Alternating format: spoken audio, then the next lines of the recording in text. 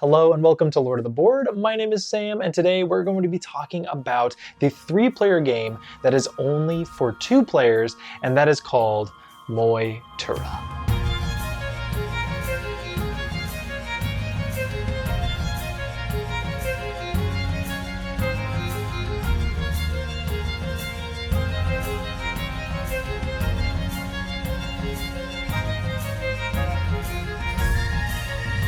Okay, so the game is actually only 2 players. This is just a joke, and we'll kind of get into why I keep saying that it might be a 3-player game with only 2 players. But first, let's talk a little bit about some of the credits. This is by Bitewing Games.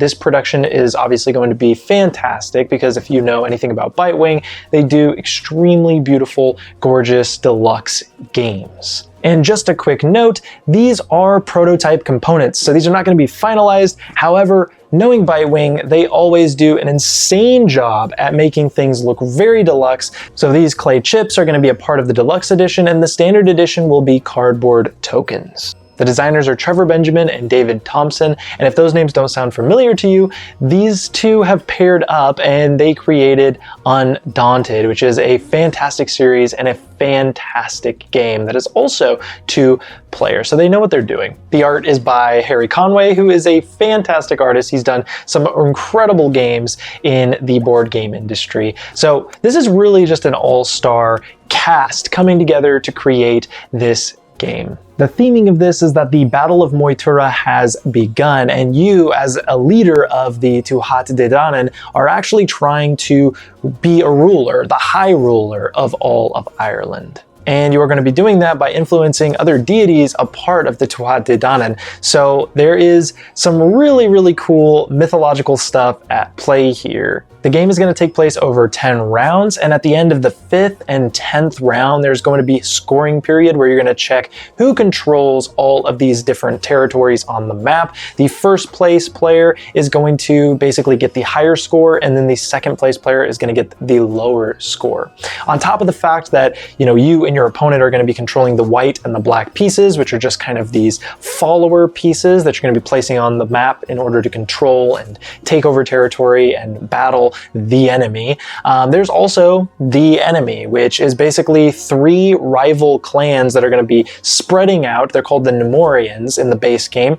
They're going to be spreading out from their strongholds and basically trying to take over Ireland as well. So while you are going up against your opponent directly, in a lot of ways with an area control game, you're playing the war game against this third faction of these enemy clans that are just taking over the map.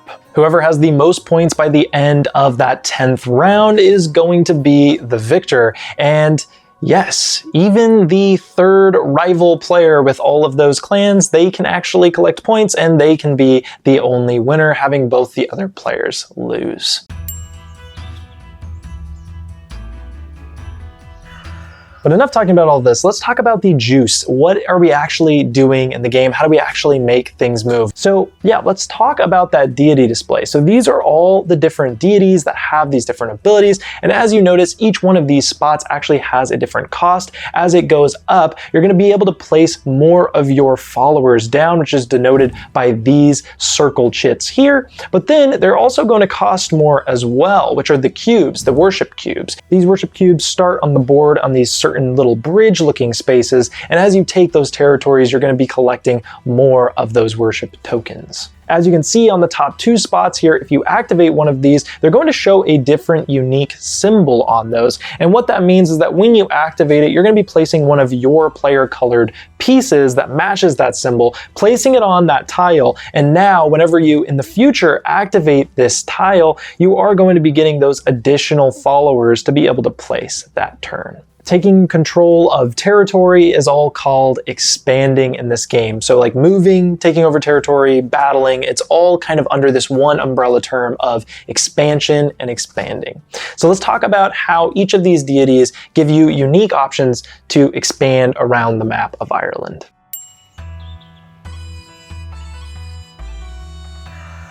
The most common one is the Tuhat Didanen card, which is basically always going to be stable. It's always going to be at the very bottom, and instead of actually having to pay worship cubes, you're actually going to gain a worship cube for activating this. But you're only going to be able to place one of your followers, so not a super powerful move. But this will give you the most basic expand action, where you can basically place your followers in a territory adjacent to where you already have followers. They call it the origin, which is basically a territory that you already have followers at. And so all of these are going to be a switch up on where you're going to be spreading from that origin territory. We've then got Ariu, which is the deity of land. She's going to allow you to expand up to 2 spaces away from your origin territory. And sip of coffee and a hair change, because why not? We have got Bawad, the deity of water, which allows you to expand from your origin space up to 5 territories away. However, it must be along the same body of water. So really far, but slightly limited. You've got Dagda, the deity of creation, in which you can expand twice. And lastly, we've got Morrigan, the deity of war. She's going to allow you to expand and then immediately, without even going into combat, remove 1 or 2 enemy units from the space that you're in or from an adjacent space that you expanded to.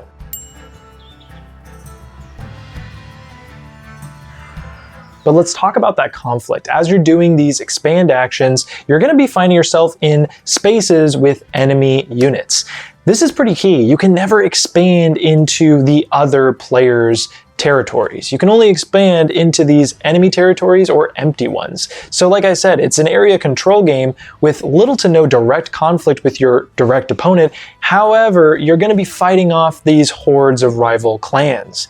And how you do that is, once you're in a space with them, you're going to be removing tokens equally from both sides until only one faction remains. If there are any worship tokens there, you'll collect those now, and then you'll go ahead and reset that deity stack, placing whichever tile you use to the top and shifting all the rest down, making all of those other options cheaper for your opponent. After both players have gone, then the enemy is going to get a turn. Now the enemy works very straightforward. If you're already thinking that you're worried about some AI opponent inside the game that's going to be a hassle to run, trust me, it is as simple as drawing a card and placing some units. When it shows the color, you're going to look for the largest group of that Fomorian unit, and then you're going to be spreading either 1 unit or 2 units, depending on the card, along each path that doesn't already have their pieces in it.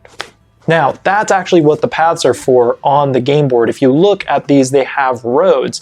Those are never used by you as the players. Those are only used for the enemy. Then after the enemy activates, you're going to go right back to the white player starting and then the black player.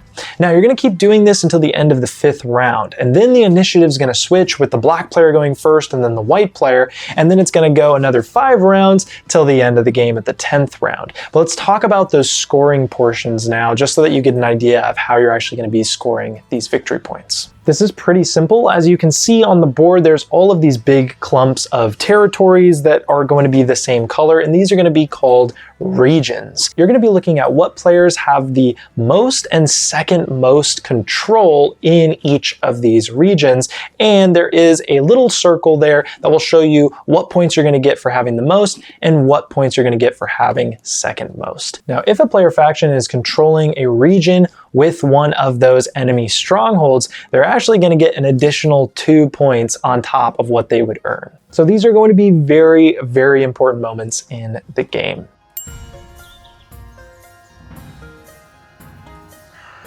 Now, before we go on any further, I'm sure you're saying, Sam, if you like this, there's probably some asymmetry. Where is it?